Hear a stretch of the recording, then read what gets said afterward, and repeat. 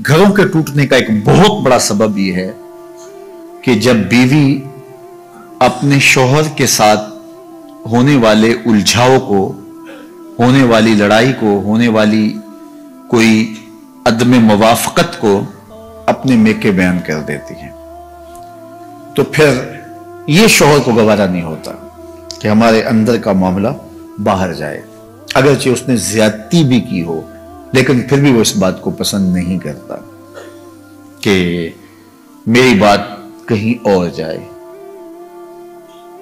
इंतहाई मजबूरी हो, हालात ऐसे हो जाए, वो एक अमर आखिर है, लेकिन अमूमी तौर पे जो घरों में ऊंच नीच हो जाती है तो उसको कुछ खवातीन की आदत होती है कि वो मेके बयान कर देती हैं, फिर वहां से चलती चलती पूरे मोहल्ले गली में फैल जाती है।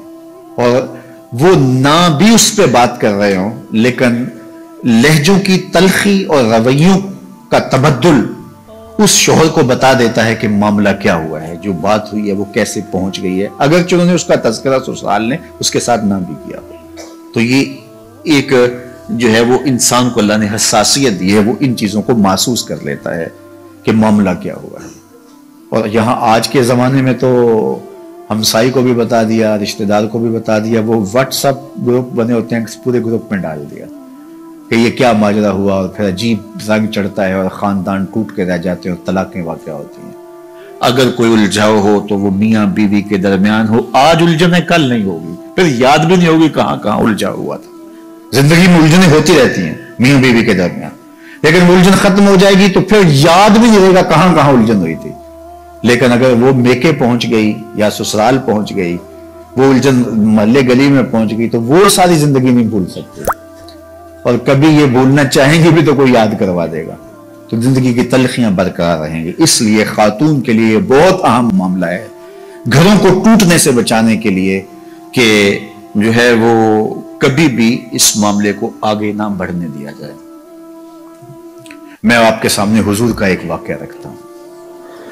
हमारे यहां तो ये होता है ना कि बात कहां से कहां पहुंच जाती है, छोटी सी बात होती है, फिर उस बात का बतंगड़ बनता है, फिर मेके पहुंचती है, फिर मेके से आगे खालाओं में, फिर नानी दादी, पता नहीं कहां तक बात चली जाती है, और फिर उस पर तबसरे शुरू होते हैं, और फिर घरों का चैन लुटता है, फिर लड़ाइयां बढ़ती हैं, फिर फसाद पैदा होते हैं, फिर तलाक तक नौबत होती है। बस का बच्चे भी होते हैं, बच्चे रुल जाते हैं बेचारे।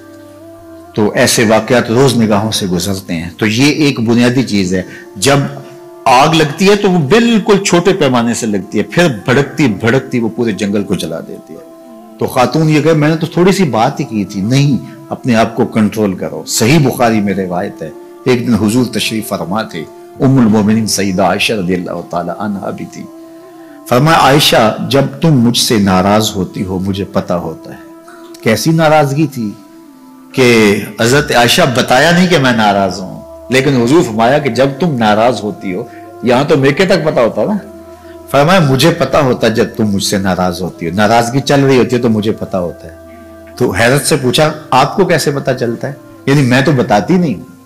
तो फरमाया कि जब तुम मुझसे राजी हो, और बातों बातों में अरबों की आदत है ना, कसम करके बात करते हैं, कोई भी अहम बात हो, वल्लाह बिल्लाह तल्ला, कसम उठा करते हैं।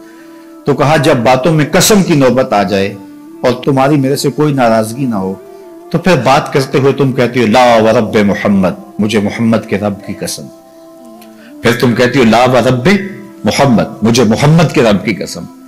और जब तुम्हारे अंदर कोई नाराजगी चल रही हो तो फिर बात कसम की आए तो तुम कहती हो ला व रब्ब इब्राहिम, मुझे इब्राहिम के रब की कसम। तो कहा इस बात का साइन है कि कोई नाराजगी चल रही है। तो हजरत आयशा रज़ियल्लाहु ताला अन्हा मुस्कुरा पड़ी और अर्ज की, या रसूलल्लाह मा अहजुरु इल्ला इस्मका, नाम छोड़ती हूं दिल में आप ही होते हैं, नाम छोड़ती हूं दिल में आप ही होते हैं। आप देखिए कि अगर कोई तबीयतों के तफावत की वजह से कोई ऐसा मामला हो भी गया तो कितनी हसासियत है नाराजगी के इजहार का। अल्लाह अकबर, ये रंग देखिए और ये जमाल देखिए और ये खूबसूरती देखिए। क्योंकि हुजूर से अगर नाराज होती हैं तो फिर कोई ऐसी बात तो नहीं कर सकती, सिर्फ शोहर ही नहीं रसूल भी तो है ना, कितना बड़ा मनसब है। तो इस मनसब का ख्याल है। तो कहा कि आयशा जब तुम नाराज होती हो तो बात कसम की आए तो तुम कहती हो ला व रब्ब इब्राहिम, मुझे इब्राहिम के रब की कसम। तो फरमाया ला अहजुरु इल्ला इस्मका, हुजूर नाम छोड़ती हूँ दिल में आप ही बसते हैं, दिल में डेरे आपके होते हैं, दिल में बसेरे आपके होते हैं। तो तबीयतों के अंदर एक दूसरे का इतना लिहाज रखना, ये फिर तबीयतों के अंदर बोध की बजाय कुर्ब पैदा करता है। Colgate Strong